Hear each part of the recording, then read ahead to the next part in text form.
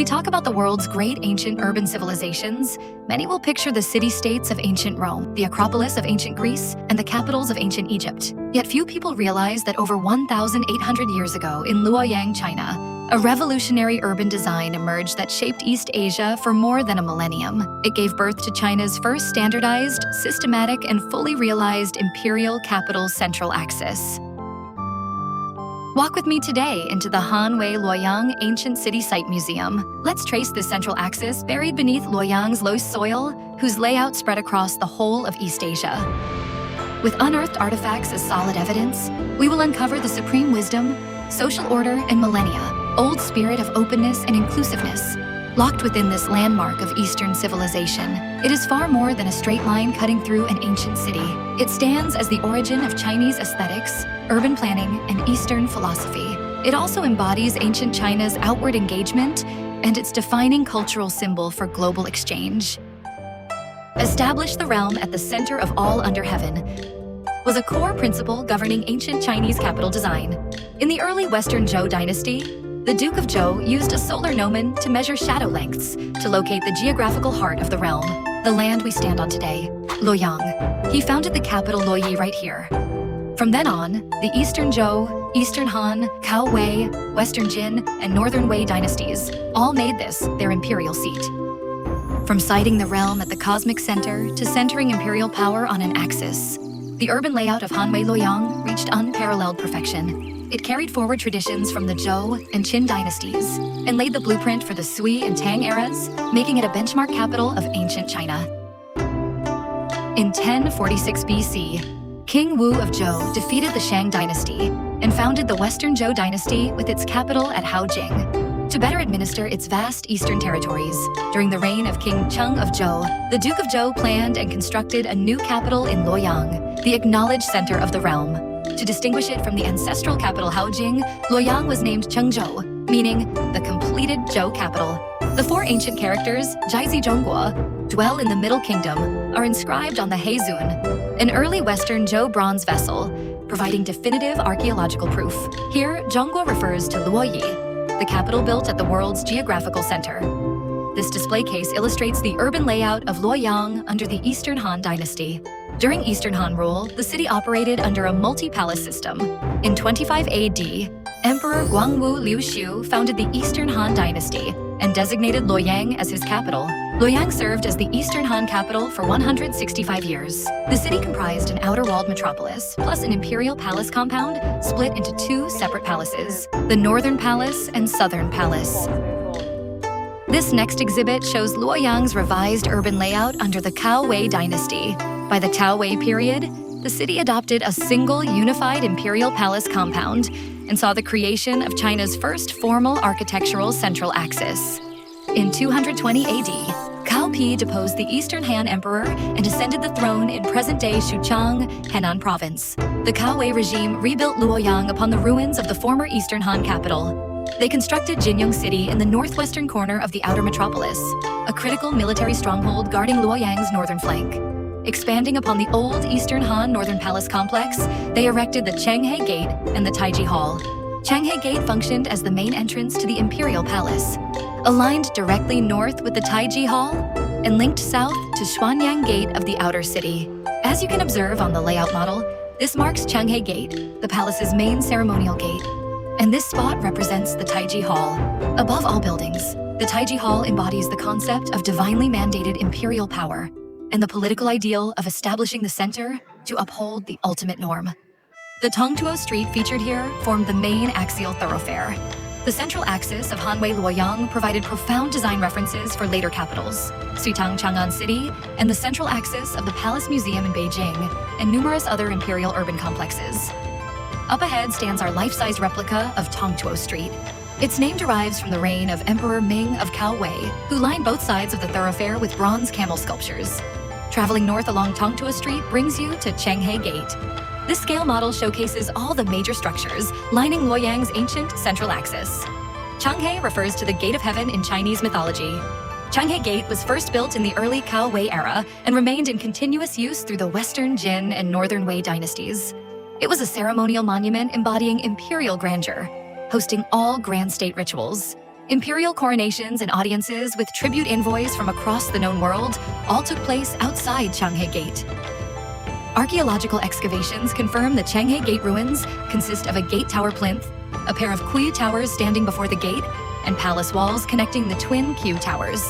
The paired twin Q towers unearthed here are the earliest surviving archaeological example of Q Gate architecture for an imperial palace. They offer irreplaceable physical evidence for researching the evolution of ancient Kui tower systems.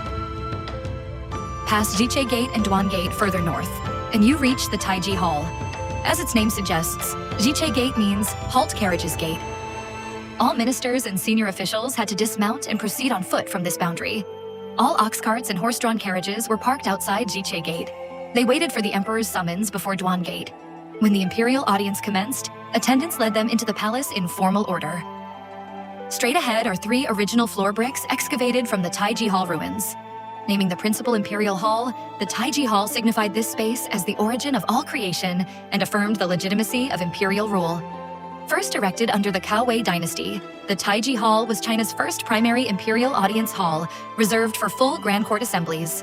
Its auxiliary Eastern Taiji Hall and Western Taiji Hall served as venues for imperial policy deliberations, ministerial banquets, and scholarly lectures, forming the empire's true political nerve center. The external architecture of our museum also incorporates design motifs inspired by the ancient Taiji Hall. At its peak, the main Taiji Hall occupied an immense footprint of more than 6,300 square meters, with 12 bays spanning its front facade, making it the most opulent building of the Cao Wei era. The Cao Wei regime finalized the core layout of Luoyang's central axis. The continuous construction logic of this multi-dynasty capital is clearly preserved within cross-sections of its rammed earth city walls. Let's examine these excavated wall cross-section samples. This wall cross-section was uncovered at the northeastern corner of Han-Wei Luoyang's inner city wall. In 2009, archaeologists used a breach in the wall to conduct full survey and excavation work. Their findings revealed the 16.6-meter-wide, rammed earth wall was built in 4 to 5 distinct construction layers. The oldest layer dates to the Eastern Zhou Dynasty, while the uppermost layer belongs to the Northern Wei Dynasty, proving the wall's continuous occupation across centuries. You will notice between the Wei Jin and Northern Wei construction strata a layer of alluvial silt trapped within the wall cross-section. Centuries of warfare left the city abandoned for over 100 years. When Emperor Cao Wei relocated the Northern Wei capital to Luoyang, he moved rapidly to establish his imperial seat. Without clearing the accumulated silt first, laborers simply extended and reinforced the original wall outwards. This silt layer serves as tangible proof that reinforces the uninterrupted occupation of Han-Wei Luoyang's city walls. Building upon these centuries-old wall foundations, the Northern Wei refined the full urban master plan and completed the fully integrated cross-city imperial central axis. This exhibit displays Luoyang's complete 3-tier urban layout under the Northern Wei dynasty. In 493 AD, Emperor Xiaowen Tuobahong moved the Northern Wei capital to Luoyang. This ushered in the Northern Wei's golden age in Luoyang and made the Shanbei Tuoba clan the first nomadic ethnic group in Chinese history to establish rule over the Central Plains heartland. At this stage, the city evolved into a 3-tier walled system: Imperial Palace, Inner City, Outer Metropolis. The Outer Metropolis stretched to an unprecedented scale of nearly 100 square kilometers, equal to more than 14,000 standard FIFA football pitches, making it the largest metropolis on Earth at that time. It became a pivotal hub for ethnic integration and Eurasian cultural exchange, and bore witness to the Northern Wei dynasty's peak prosperity. Take note of Sitong Market to the southern side. It functioned as the city's international trade district, where merchants sold goods imported from foreign lands. South of the market lay the Sea Wards and Sea hostels, residential compounds built to house foreign visitors. Merchants and envoys from all kingdoms lived and traded alongside one another. Countless exotic treasures entered the Central Plains through this district. This gold coin originates from the Eastern Roman Empire, Byzantium, unearthed from the Yuan clan tomb. Its obverse face bears the portrait of Emperor Anastasius I. The reverse depicts the goddess Victoria holding a victory standard. The coin weighs approximately 2.8 grams. Its excavation provides tangible archaeological evidence of frequent cross-border commercial exchange in this era. The architectural principle of central axial symmetry was fully realized and perfected during the Cao Wei dynasty. From Han-Wei Luoyang to Suitang Luoyang, then Suitang Chang'an City, the northern Song eastern capital, and Yuan Dadu, and finally, Ming and Qing Beijing City, all inherited and advanced this axial symmetrical urban planning principle. As culture from the Central Plains spread overseas, Luoyang's urban planning philosophy exerted far-reaching influence across Asia. Fujiwara-kyo in Nara Prefecture, Japan was Japan's first purpose-built imperial capital modeled on Chinese design. It adopted core layout concepts from Han-Wei Luoyang and Suitang Chang'an City.